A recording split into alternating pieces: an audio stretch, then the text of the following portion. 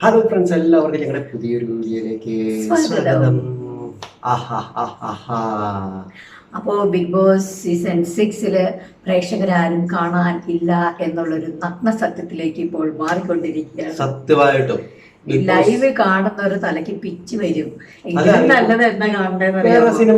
ഇല്ല, ഇതിന്റെ ഇടയ്ക്ക് ഒരു ഹോസ്റ്റലറിന്റെ പരസ്യം, മഞ്ഞമ്മൽ ബോയ്സിന്റെ പരസ്യം, ഏതോ തെലുങ്ക് തമിഴ് സിനിമകളുടെ പരസ്യം, ഇതിലും നല്ലത് അത് കാണുന്നത് ബെറ്റർ. കാരണം കച്ചേരി അവര് ലൈവ് കാണിക്കുമ്പോ തന്നെ നോക്കിയാൽ നമുക്ക് മനസ്സിലാവും പ്രേക്ഷകർ കുറഞ്ഞു വന്നോണ്ടിരിക്കുകയാണ്. 10K താഴെ പോയവർ പോലും ഈ പ്രേക്ഷകർ ഇത് കാണുന്നില്ല. മേലെ പോയതാണ് സംഭവമാണ്. ഇപ്പൊ കഴിഞ്ഞു കഴിഞ്ഞാൽ ഇപ്പൊ കണ്ടോ, ഇപ്പൊ 10K താഴെ, ഇപ്പൊ 10, 12 ആ ഒരു ലെവലിൽ നിൽക്കുക. 10K മേലെ വരുമ്പോൾ മാത്രമാണ് അവിടെ കാണിക്കത്തുള്ളൂ. അതിന് താഴെ പോയത് അത് കാണിക്കുന്നത്. എത്ര പേര് ശ്രദ്ധിച്ചിട്ടുണ്ടോന്ന് അറിയത്തില്ല. എന്തുമായാലും ഇത്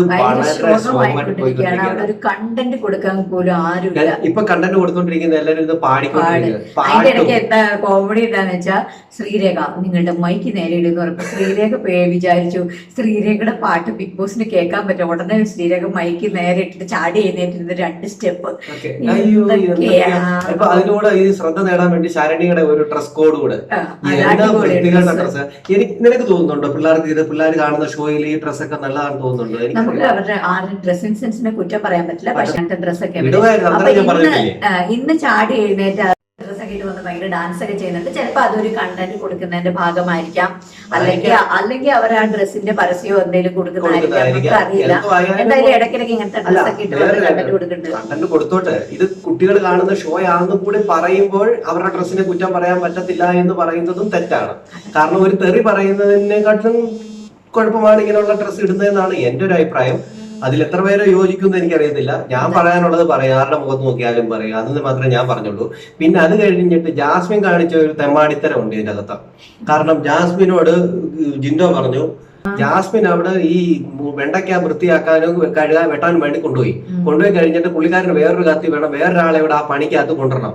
അതൊക്കെ ജാസ്മിന് കൂടെ പണിയാൻ വേണ്ടി. അതെന്താന്നറിയാമോ? ഗബ്രിയെ കൊണ്ടുവരണം. അല്ല, പിന്നെ ജാസ്മിൻ അവിടെ ഡൈനിങ് റൂമിൽ ഇരുന്നിട്ട് ഈ പച്ചക്കറി അരിയ ലൈവിൽ അത് കാണിക്കുന്നില്ല. അപ്പൊ ജാസ്മിനെ ചുറ്റും നോക്കിയപ്പോ ജാസ്മിന്റെ അടുത്തുള്ള ക്യാമറകളൊന്നും അനങ്ങുന്നില്ല. ജാസ്മിൻ നോക്കുമ്പോൾ ലിവിംഗ് റൂമിലെ എല്ലാ ക്യാമറകളും ഇവിടെ ഇരുന്ന് പാട്ട് പാടുന്നവരെ ഫോക്കസ് ചെയ്തിരിക്കും. അപ്പൊ ജാസ്മിൻ എങ്ങനെയും അവരുടെ അടുത്ത് വന്നിരിക്കണം. അതിനു വേണ്ടിയിട്ടാണ് അതിനു വേണ്ടിയിട്ട് ജാസ്മിൻ എങ്ങനെയും ഒന്നും വെട്ടി അരിഞ്ഞ് കണ്ടിച്ച് കൊടുത്തിട്ടാണെങ്കിലും എനിക്ക് ആ കൂട്ടത്തിലൊന്ന് പോയിരിക്കണം എന്ന് വിചാരിക്കുന്നത്. അതുകൊണ്ട് തന്നെ ജാസ്മിൻ അത് അപ്പൊ ജിൻഡോ കയറി ഇടപെട്ടു. ജിൻഡോ ചോദിക്കുന്ന ഇതാണ്, നിനക്ക് പണി ചെയ്യാൻ ആള് വേണമെങ്കിൽ നീ കിച്ചൺ ടീമിലെ ഞങ്ങളോട് ചോദിക്കാം, നീ എന്തിനാ വേറൊരാളെ കൊണ്ടുവരുന്നത് എന്ന് ചോദിച്ച് വഴക്കുണ്ടാക്കുമ്പോ ജിൻഡോയ്ക്ക് കണ്ടന്റ് ഉണ്ടാക്കാൻ വേണ്ടി ജിൻഡോ അറിഞ്ഞുകൊണ്ട് ഇങ്ങനെയൊക്കെ പറയുന്നത്. അതിനിടയ്ക്ക് അവള് പറഞ്ഞു എന്തെന്നറിയാമോ, എനിക്ക് ഇവിടെ പണി ചെയ്യണം, അത് നിങ്ങൾ വന്ന് ചെയ്യുമ്പോൾ ചോദിച്ചു. ഞാൻ ചെയ്യാമെന്ന് പറഞ്ഞു. അപ്പൊ പറഞ്ഞു എന്താ പണിയാ ചെയ്യണ്ടേ, ഞാൻ അരിയാൻ പറഞ്ഞോന്ന് ചോദിച്ചു. അപ്പോൾ പറയാം അരിയാൻ പറഞ്ഞ ഇവിടെ ക്ലീൻ ചെയ്താൽ മതി. അല്ല, അതിന് മുമ്പ് പുള്ളിക്കാരി ഒരു ഡയലോഗ് അവിടെ അടിക്കുന്നുണ്ട്, താൻ കിടന്ന് കൂടുതലൊന്നും പറയണ്ട, തന്നെ ഞാൻ ഇപ്പൊ ശരിയാക്കി തരാന്ന്.